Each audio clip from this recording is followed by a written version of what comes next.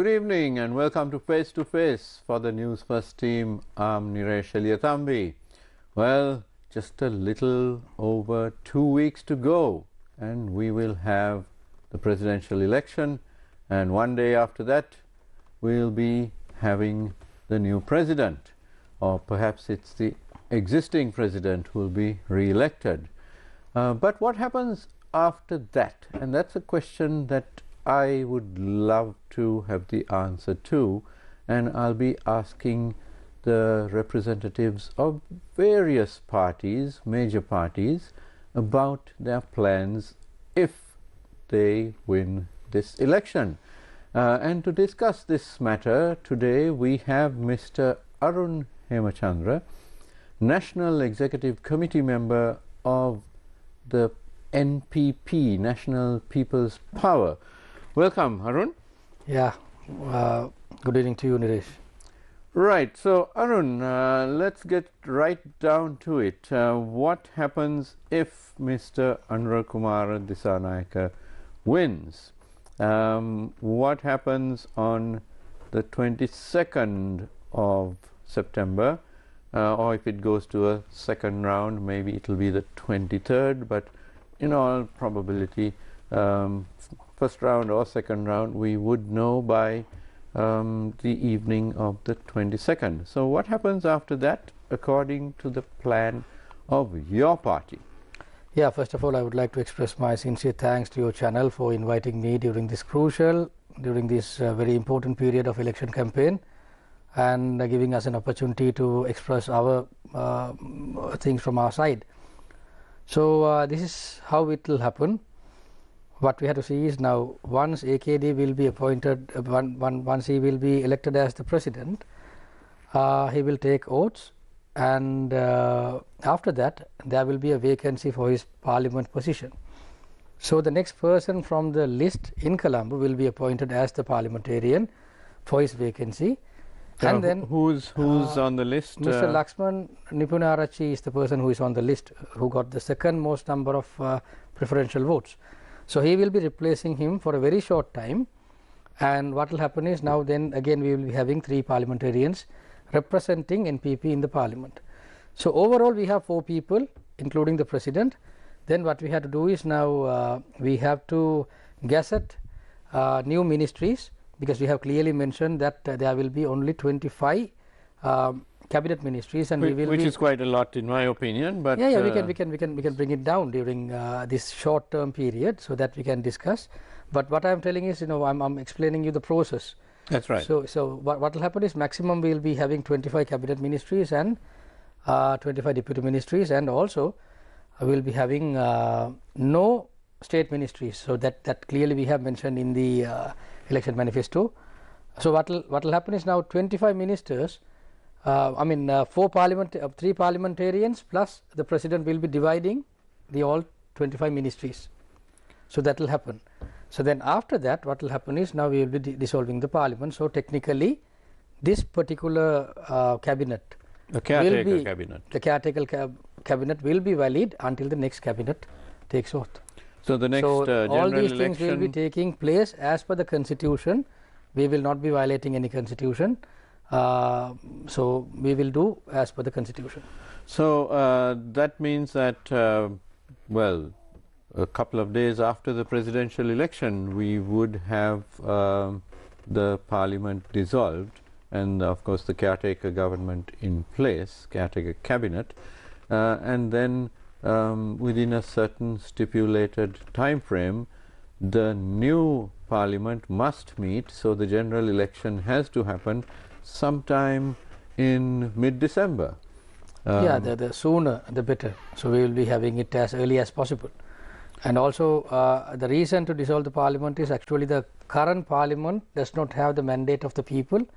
So then we have to have a parliament, a new parliament, which is fully filled with the mandate of the people. Well, it is of course the prerogative and power of the president, including the present one, to dissolve parliament. And also we have to remember, once AKD will be elected as the president, he will be vested with the powers given under the 20th Amendment of the Constitution. So we can do certain things, but all those things will be done according to the Constitution and also for the betterment of the public. Right. Now, what about the secretaries to the ministries? Yeah. They are appointed by the President, the Executive President. So what would happen in your proposed caretaker government? We will appoint suitable people to the power, to the secretarial post, and also we will be clear with one thing: there will not be any nepotism or any favoritism in that. We will appoint those who are suitable for the post, and with that political culture will come to an end. The previous political culture will come to an end with that. So we're talking about 25 secretaries maximum being appointed, maximum, right, and 4 ministers, including the President, right. And then what about the local government elections, which are mandated to be held as soon as possible? The Supreme Court has been very clear on this now. Yeah, 2 things that we have to emphasize regarding the judgment. One thing, the President lost, actually, like, he was trying his level best to postpone the elections just in order for him to establish some kind of charismatic situation, but that did not happen. So he lost on that. And on the other hand, he has breached certain articles in the Constitution, because he had not given his fullest support to conduct the election. Meanwhile, he was preventing the elections. So there's a constitutional breach also. So we can discuss about that in detail when the right time comes. But what we have to say is now, okay, we have to go for a parliament election. Also, the local government election is pending. So in order to cut the cost, we can have both simultaneously, because in many countries that is being practiced. In Sri Lanka also we can practice. There are no laws which preventing that taking place. So once again, I alone cannot comment on this. We have to get the expert opinion, and we have to explore all the possibilities to have the local government and the parliament elections together. So as per the knowledge that I have, there are no laws preventing that. So maybe why not make use of that opportunity? So it is likely then that we would have a new parliament and a new cabinet? Unless otherwise there are any valid reasons why not to have it together. I think I don't find any reasons for us why not to have them together. Right. So once the new parliament meets, you would then presumably have a new cabinet as well.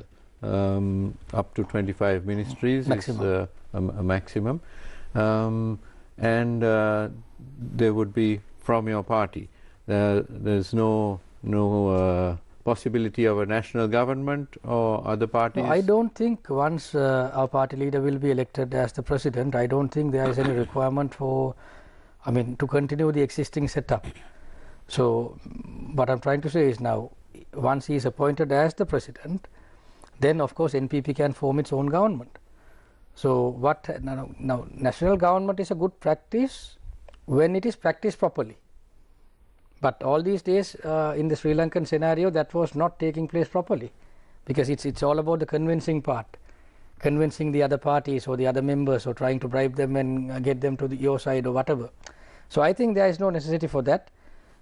When AKD will be appointed as the president, definitely NPP will form its government, and we hope we will have a good majority in the parliament. Right. Now your manifesto, which I see you have it there, a very lengthy 233-page document, it speaks of a new constitution. So would you like to elaborate on how that process would come about? Yeah, definitely, because the current constitution, which was introduced in 1978, has gone through 20 plus amendments. So that means 20 plus times that it has been reformed. So we as Sri Lankans, we were discussing about a new constitution during the period of 2015 to 2019. So at that time the basic homeworks were done, which was stopped, which was halted for a while, and then there was no talk about a new constitution. So definitely the country has to go introduce a new constitution, and Sri Lanka and NPP will continue that task, and we will introduce a new constitution. But it is not something that we are telling that we will do it as the first preference. Of course, we have to build the economy, we have to get rid of corruption. There are so many things to do. Parallelly, we will be making a new constitution also, which is also a vital important thing for the country's forward. So interestingly, you're talking of a new constitution, such as the one we had in, we've had it twice now. Mrs. Bandaranaike brought one in the early 70s, and then 1978, this particular constitution that we have now from President J.R. Jayawardena's government. And now you're talking because we had to a emphasize certain completely things, new because, one. emphasize certain things, because except 2 or 3 amendments, vast majority of the amendments were done in order to safeguard the politicians and for their benefits. So we believe that the country needs a fresh new constitution. Without that, we can't go a very long journey. Well, I'm sure many people will agree with you, but that would require 2/3 in Parliament. What if you don't get the 2/3? We have to. We will try our level best to get it. And we believe the people of this country are expecting a new political culture, and we believe that they will give us the most the maximum majority that they could give to a party. So we believe that we can go up to that level, but before that we have to build confidence, we have to build trust, and we have to show who we are, and by that time we will have that majority. Now, Arun, let's talk about devolution of powers. This is not something peculiar to the north or the east. It is for the entirety of our nation, because right now, the only people's representatives are in Parliament, and that's very far away. They are mainly living in Colombo. So if you're someone from Monaragala or Batiklo or Mana, how do you even reach your representative? So it's very important that power be devolved, or authority has to be devolved to the local level. So very happy to hear you say that the local government elections would be held as soon as possible. But in a new constitution, would you envisage local government as it is, or how would you envisage it? Well, now, I mean, new constitution. Yes. Yeah. So we have to see now. Now, actually, what we see is now administrative devolution is something important here, and we will strengthen the local government authorities, because that is the platform, that is the most grassroots administrative body. So we believe if a country has to go forward, steadily, it should have a steady foundation also.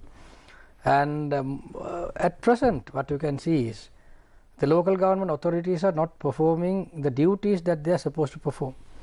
There is no kind of what I would say now, a list of to-do list. Now, mostly they are into contracts, and they are into modifications, and they are into renovations and new constructions and things like that. But to be honest, now the people of this country do not know the powers of the local government authorities. Now actually, from a child being a fetus until a person's maybe a cremation or whatever the final rites, the local government authorities have some say in that during that entire life period, from treating mothers, and then children, and then preschools, and then libraries, and so many things. But at present, these local government authorities also have become kind of white elephants here. So that has to be changed, and we have to have a strong and well efficient local government authorities in the country, and constitutionally we will introduce that kind of changes to that setup. What about the provincial councils? Now, a lot of people have criticized the provincial councils throughout this country, that they are white elephants and that they don't serve much purpose. What is the NPP stance on this? Yeah, definitely we have to address that issue also, because most of the provincial council bodies are underperforming. And when it comes to North and East, so it was introduced as a temporary solution, at least for the ethnic conflict that the country is going through for decades. But despite, we as a party, we do not believe that provincial council alone can solve this problem, but we are not repealing or anything, but we will be letting it go. And in the southern context, it has been understood as a practice ground for future politicians or future parliamentarians. So it is kind of a practice ground for them to learn politics. But when it comes to both northeast and the southern part of the country, entire provincial council setup is underperforming. So we have to once again, like what I said for these local government bodies, we have to make it a well-performing, efficient body, and with that things will change. Now, the NPP / JVP is transforming or attempting to transform from what was a radical Marxist ideology to one where it will be responsible for government, governing 22 million people. How do you see this? It's a metamorphosis, because no longer will NPP members be able to be these firebrands who are, pointing out this and that and taking on the establishment. You will be the establishment. How do you see this metamorphosis? Okay, it's a good question, and I'm very happy to answer this. Now, JVP is functioning as JVP. JVP is a socialist party, and that is functioning as it is. And all the JVP members are members of NPP. And not all the members of NPP are members of JVP. We have to understand this very clearly, right? And JVP as a party, because I being a member of both JVP and NPP, right? I think it's better if I answer this question.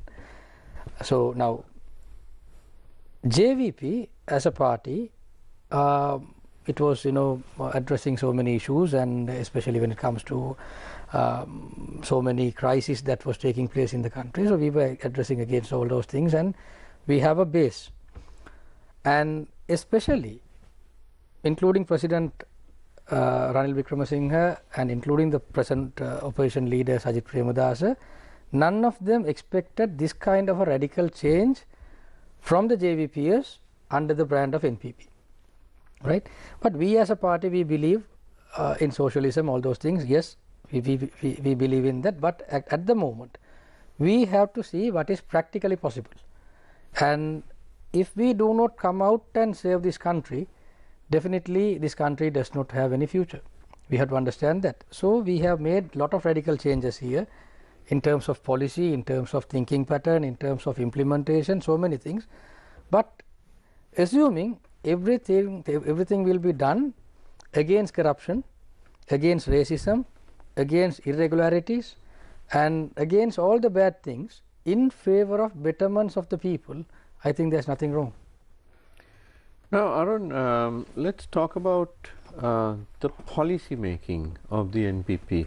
Now, we saw over the last year or so quite an impressive array of legal scholars, academics, and so on from all around the world, Sri Lankans from all around the world, who contributed their knowledge to various fields, and that is all now in your manifesto, outlining where the country should go. But what is to become of these experts? I ask this because we had something called Viatmaga and much was expected of Viatmaga, but then in the end the party which came to power pretty much kicked those professionals out. No, because you're right that the country is voting for a change since last 2015. But the country has voted for and in 2019 also they voted for something new. Yes. But as you say, it was not implemented properly. Yes, that is where the political leadership plays a role, right?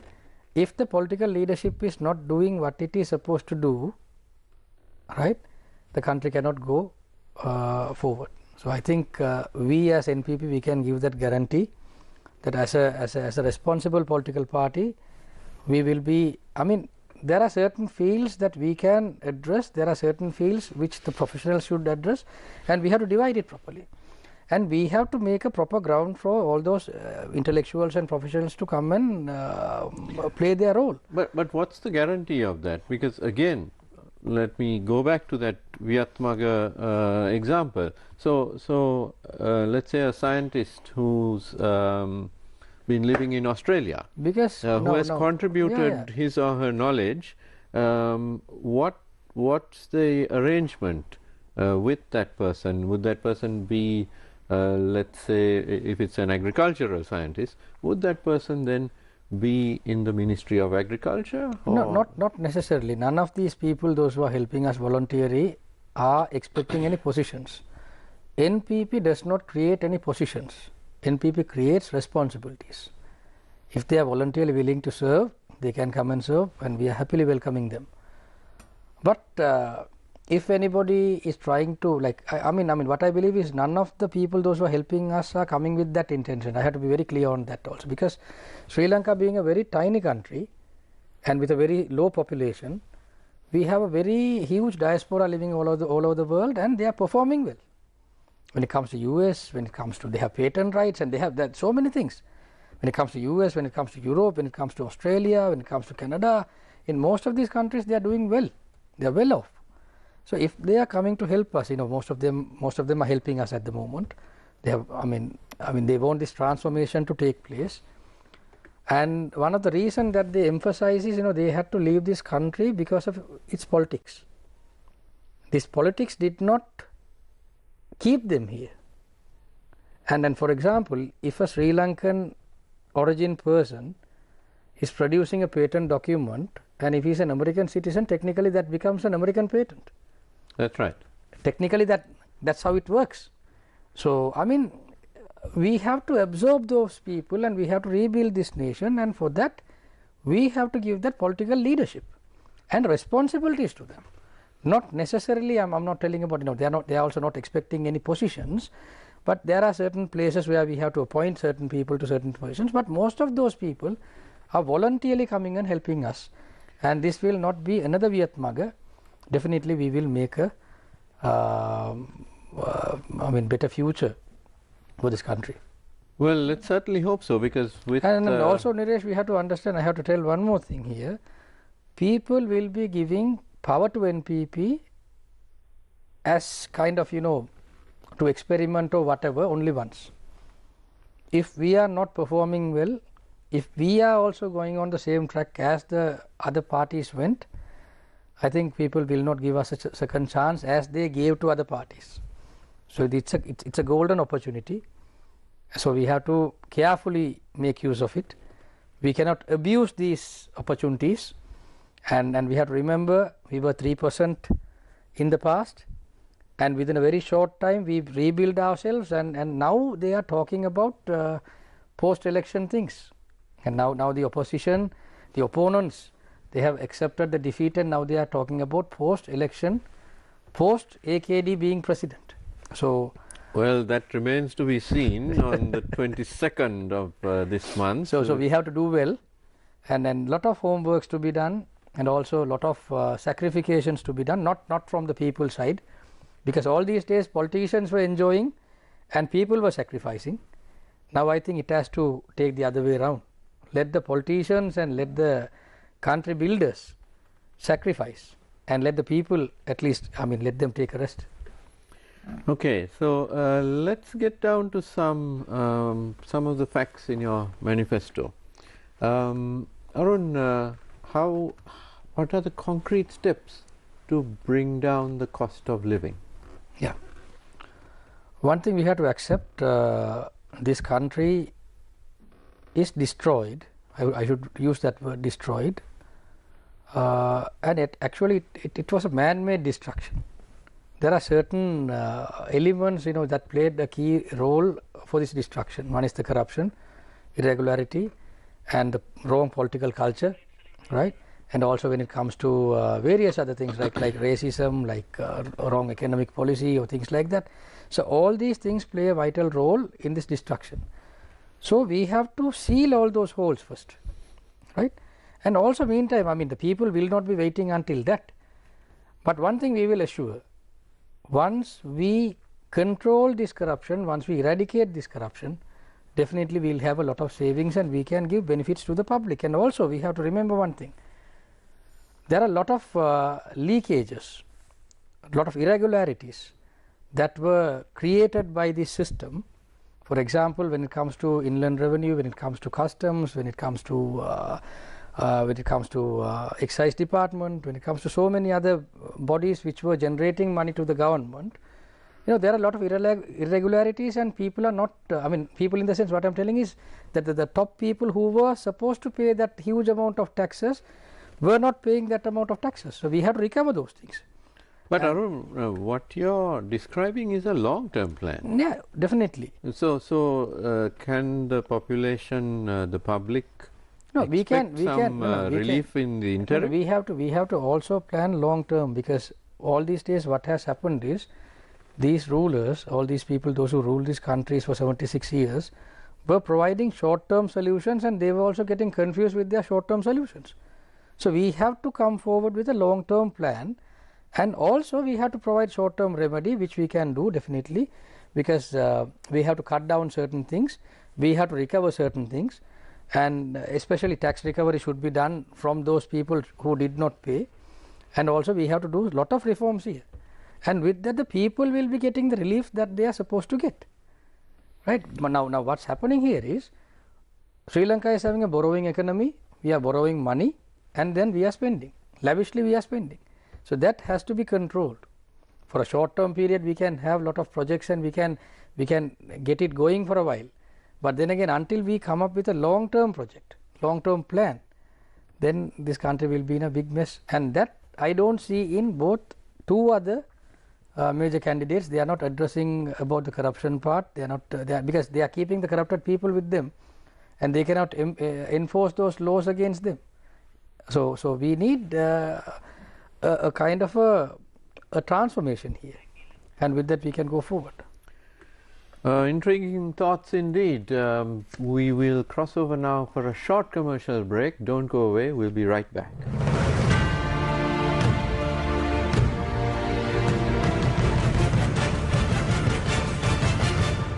In revelry of art and design, Artra magazine launches Ismet Rahim edition from 6th to 8th of September at Artra's Art Experimental Festival. For tickets of art talks, tours and exhibits, call 077-570-1891. Media sponsor, TV One Sirasa TV.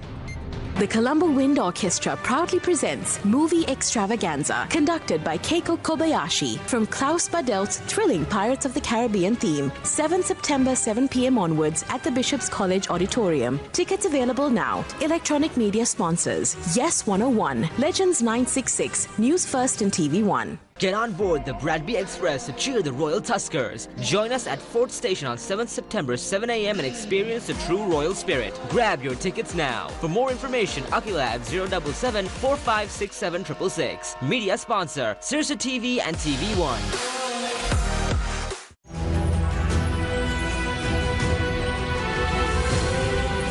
TV One. TV for life.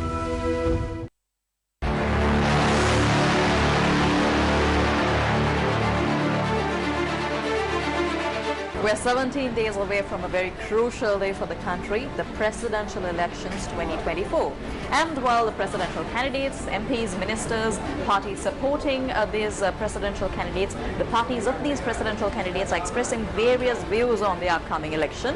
We also have other factions, other organizations now commenting on the election that we are leading up to. And I have my colleague Nilakna Gunasekar, who is now working on a story that is coming up on our primetime news tonight.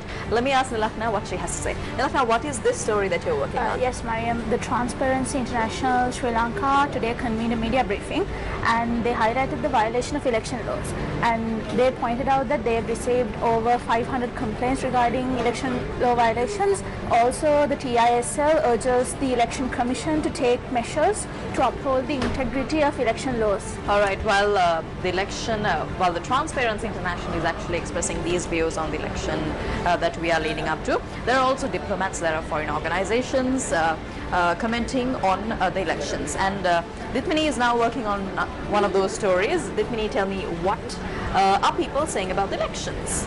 Yes, so the Russian ambassador to Sri Lanka, Lavan Zagarian, has said that Russia will not interfere in Sri Lanka's presidential election. He has reiterated that Russia will not interfere in domestic affairs and respects the choice that the Sri Lankan people will make, and that Russia is ready to work with any president or government that is next elected by the people of Sri Lanka. So there's a comprehensive story on this on our primetime bulletin as well. Of course, not just these stories. We have a packed bulletin coming up for you at 9 tonight on our primetime news bulletin, including all of these stories and much more. So we'll see you at 9 p.m.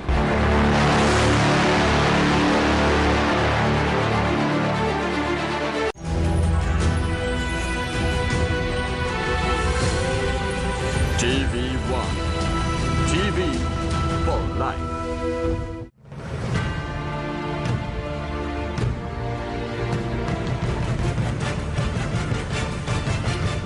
Welcome back to Face to Face.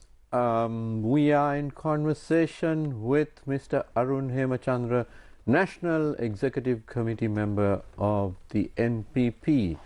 Now, Arun, before the break, you were speaking about the need to eradicate corruption. With all due respect, a person of my age has heard this all before, many times. Nothing happens. And the primary reason, Arun, is that the police are corrupt, the excise department is corrupt, the customs are corrupt, the inland revenue are corrupt.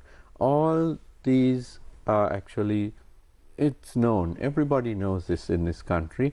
Even the IMF diagnostic report mentions this. And whichever party comes to office needs to rely on these law enforcement arms, these departments which are supposed to enforce the law. Instead, they are part of the problem. They are the ones who break the law and help others to break the law. Not every officer in their departments, of course, there are many fine officers in those departments, but by and large this is their reputation, and it's pretty much the practice. From the traffic policeman who will demand a bribe of 500 rupees to the inland revenue guys who will take millions to simply get rid of a file. How are you going to get this corrupt apparatus to enforce the laws and wipe out corruption? Yeah. Actually, we are left with only three options here. One thing is to leave this country, or else let this country go on like this and be being quiet, or to change this setup. So we have chosen the hard and kind of the unpopular option, which is changing, which the traditional politicians also do not like. So it's a big challenge. We understand, as you said, all those departments have corrupted officials, but we believe not every one of them are corrupted. Not every one of them are corrupted. We have to mention that. So the people's mandate will be given to NPP based on this corruption eradication, and we have to implement that somehow, and we will do that. But again, what's the nitty-gritty plan for that? No, how it's like do this. you... It's like this. When we give the hope to the public, because all those people, those who are working in those departments, are also public, no? At the end of the day, they also face the similar crisis that the entire population face. just because of IR, just because of a person is working at Indian Revenue Department or Police Department or any other departments, excise or whatever, does not mean they do not undergo the same problem. They have the same transportation crisis, they have got the same health crisis, they have got the same education crisis, they have got the same housing crisis, they have got the same problem. So when the country moves forward, when the hope is planted in each and every one of our hearts, definitely they have to change, and that change will happen, and it has happened in almost all the countries which provided this radical political change. So it will happen, it should happen, and the people's mandate is for that, and vast majority of the people are expecting a transformation in this country, and I believe all those people also will contribute to that. If not, even they do not have a survival. And let's say it's like this. Their children also goes to the same school. Their parents also go to the same hospital where the other population also, getting services from. And come on, how can a single person, But isn't that a simplistic view? Because I once lived in a neighborhood where the most palatial house, which was several stories, I belonged to a customs officer. But we believe not everyone are the same, and yes, of course, we have to asking that guy to change his way of no, life. it's like this. If they are corrupted, they have to be punished. The law will be imposed on them, and there are no second words about that. There are ample laws in the country, and if we need to introduce new laws to the system, we can do that, and we can do all those things. But of course we have to accept, because this is also a kind of a diversion technique. These political authorities, they try to divert this towards certain officers, and they try to escape. There are corrupted officials, I accept, there are corrupted officials, and they are also one of the main reason for this destruction and devastation.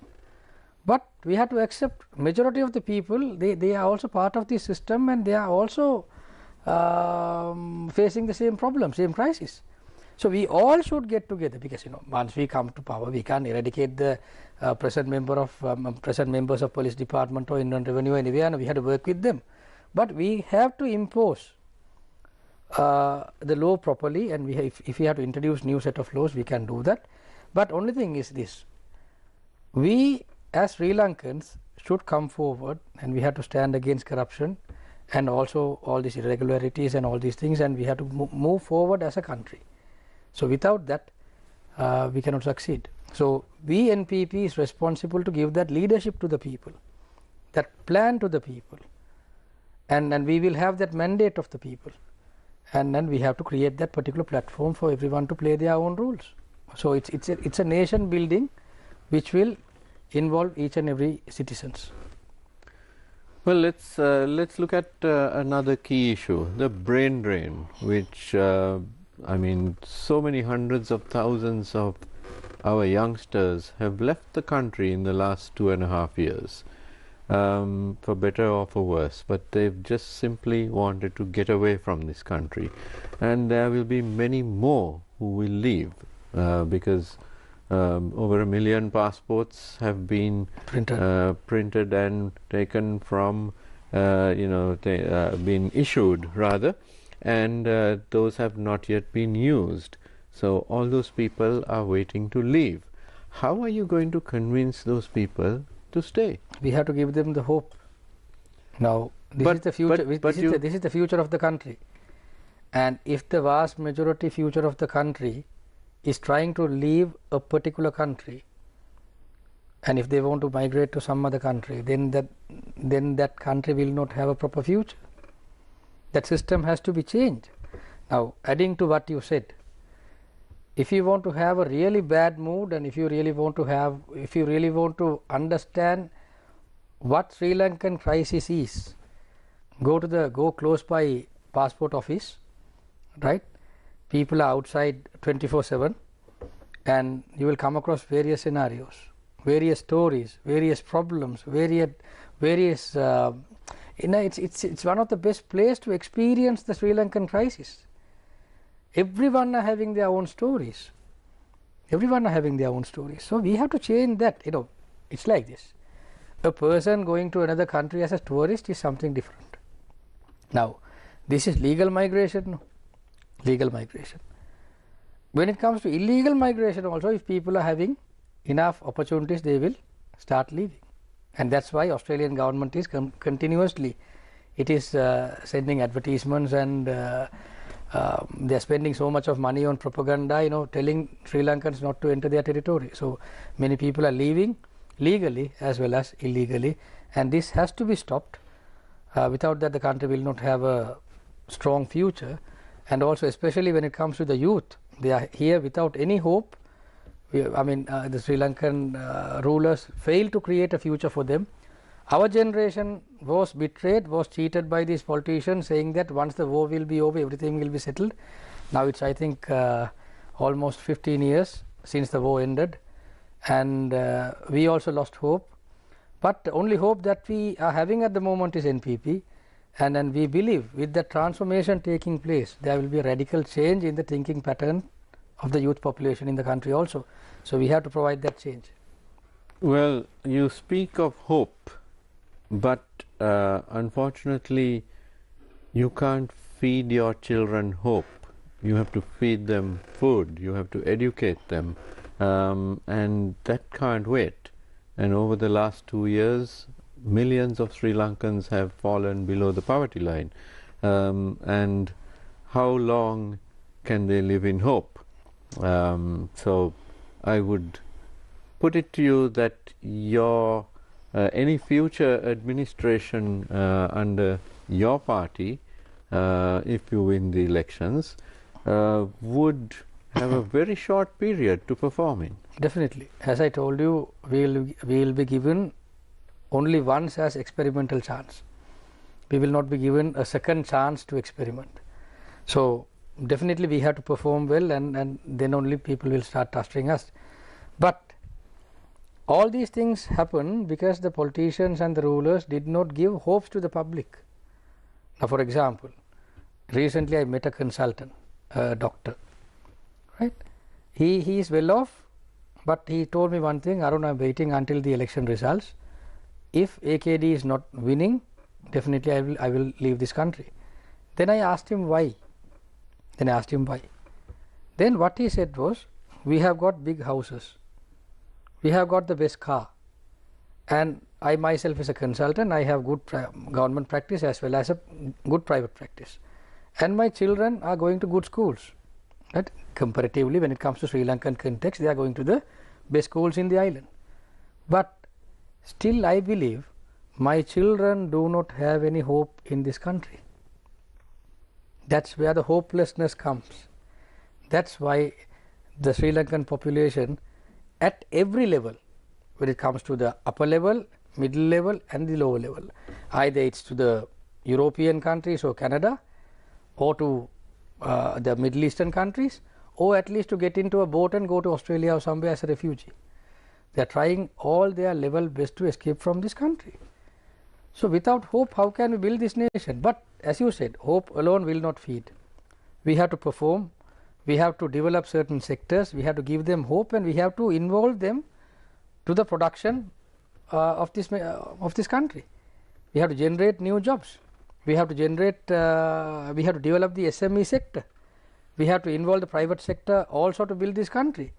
So well, let's look at the SME sector. Yeah. Arun, the SME sector was devastated over the last couple of years because small businesses, they take loans, they take overdrafts, and then when the interest rates skyrocketed, they were unable to pay those. On top of that, there was the increased cost of fuel, the increased cost of electricity, and so many other increases, and many of these small businesses simply collapsed and they were unable to pay, and now their owners are blacklisted by those by the banking sector.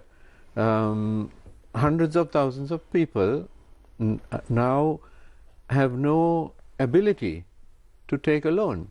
They are on crib. Exactly. So what is your solution to that? No, actually, we have to tell one more thing now. We were in Chandrika's cabinet for 14 months.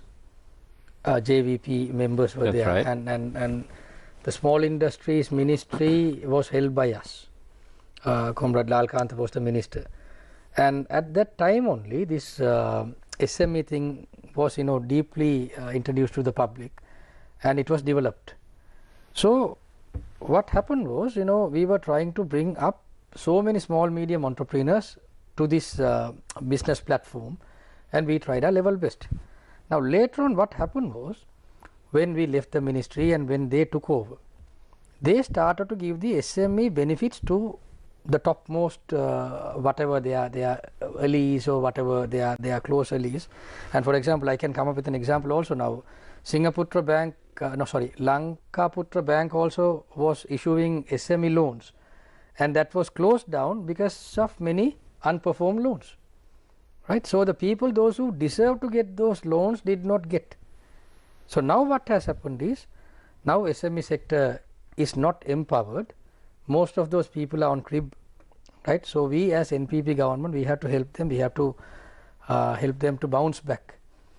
We have to, evaluate their financial situations, and at certain scenarios, if we have to get them out of crib, we have to help that. I cannot say 100% because I can give a word here, but we have to evaluate. We have to do a re-evaluation, and based on that, they have to be helped. Right? They have to be taken out from that burden, and they have to be given a clear ground for them to perform well. But isn't this all going to take time? If you have to evaluate 100,000 businesses, no, we can do that. We can do that. Let the bank managers decide, because in most of the scenarios, bank managers also took that decision because of a policy decision. If we are coming up with a certain policy, okay, up to this level it would be okay, we can take them out of crib and let the managers do it. So it won't take much time. So our banking and finance sector, the collective, is working very deeply into this, and I believe they will do a very good job, because we have a good, as you said, we have got a good team now. We have got bankers, we have got financial analysts, and we have got various people helping NPP to build this country. So we have to get their opinion also, and we can do it. It won't be a problem. We have to empower the SME sector. That is the backbone of this country. Just imagine, all our villages will be producing something. Right now, for example, Amul, the Indian, now at present it's a multinational company, AMUL. The abbreviation is Anand Milk Union Limited, which started as a small medium entity. So, but the government was supporting them, and gradually they developed, and they are now almost in all the countries. So they are expanding now. So like that, we have to build this sector, and when it comes, we have to choose certain places, and we have to develop those places. Like this place will be developing these things, that place will be developing that thing, and like that we have to come up with a plan. And because already we have list of things, I don't have enough time to disclose all those things. But now the concept is, just imagine all the villages in this country is producing something and giving some input to the national economy. I think that is the only point that will take this country forward, because China started making toys and they started to supply to the world. At that point, the world was laughing at them, but now see, now the economy. So like that, we have to start. We have to introduce new startups, and we have to work accordingly. So NPP will be committed. So this is one plan, and also we have got, for every sectors we have, because somebody should not be misinterpreted that NPP is trying to only develop SME. It's not like that. We have got SME sector, and we have got the larger sector, when it comes to the large industrial. So let's talk about the large industries. Yeah. There's been very little economic progress on that front in the last 2 years. I can't recall seeing or hearing of any new factories anywhere really. Maybe there have been a few, but nothing substantial. And a factory will employ 1,000 people or 5,000 people, and that creates a lot of the employment generates a lot of wealth for the workers who will go out and spend it, and it's spent in their towns, in their villages, and therefore the SMEs flourish as well. So you have the core industries, and so far in Sri Lanka we have a few industries like apparel, but we can't expect miracles of them anymore. President Ranasinghe Premadas's 300 garment factory program, you can't possibly expand that to 500 or 1,000. It's not going to happen very quickly. So what are the thrust industries that the NPP is focusing on? And we've got apparel, we've got tea, we've got tourism, those we have, but those are not going to drive this country forward as we want the country driven. Yeah, actually, like as NPP we have to focus on certain fields, and also we have to understand one thing, that most of the good investors are scared to come to this country at present. Now, recently I watched an interview of a gentleman, I think he's either European or somewhat similar. Now he was into this vehicle assembling and things like that. So he's having a facility in Sri Lanka, and where he is openly saying that because of the corrupted system they are scared to operate here. Likewise, I have met personally several investors. They are scared to come here. So we have to make a clear background for them to come and show their colors. That has to be cleared, and we have to focus on certain industries and with the private sector and of course. So what are those industries? Yeah, definitely. First thing is, now we have to focus on value additions. We have got so much of resources in this country where we are not making use of those properly. For example, in my district, Rinkamali, we have got very valuable ilmenite. We are not making that into titanium, which is a vital, which will play a vital role in developing this country. We have got graphite, we have got gemstones, we have got so many things. We are not getting into proper value addition. We are just exporting the raw materials. Just remember one thing, none of the countries that export raw materials develop themselves. They just export it to the raw cost. I mean, not even to the market value. Somebody in between only making money out of it. So we have to go for proper value addition, and also we have to focus more on tourism sector. I'm very sad to see certain incidents that are taking place in BIA recently because of the visa delays and things like that. This is not how a country should treat its tourists, right? And also when it comes to tourism and hospitality industry, we are not producing enough number of workers. For example, it's very hard to get an NVQ certificate in Sri Lanka. We have to relax all those rules and regulations, and we have to remove all those red tapes and let a child get the certificate that he is deserved to get. Now many people are waiting for years and years and years. They are not given proper examinations, they are not given proper opportunities to show their colors. So we have to develop that industry, and we have to focus on mass tourism, not only backpacking. Actually, Sri Lanka is welcoming a lot of backpackers. I'm not undervaluing them, or I'm not discriminating them. No, they are helping our industry, but with backpackers alone we cannot bounce back as a nation. So when it comes to the tourism industry, we have to focus on mass tourism. We have to come up with lot of projects, with lot of plans. But at present what's happening is, certain companies are coming and investing, and the corrupted officials and the politicos are making money out of it. That is not how it should be. So we have to focus on tourism industry and also value addition, and also we are blessed with a good location. We are not making use of our harbors properly.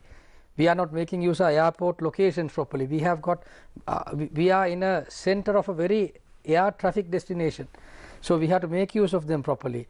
And more than that, the country should have a proper plan, and NPP is committed to implement that plan when it comes to power. Well, I'm afraid we are out of time.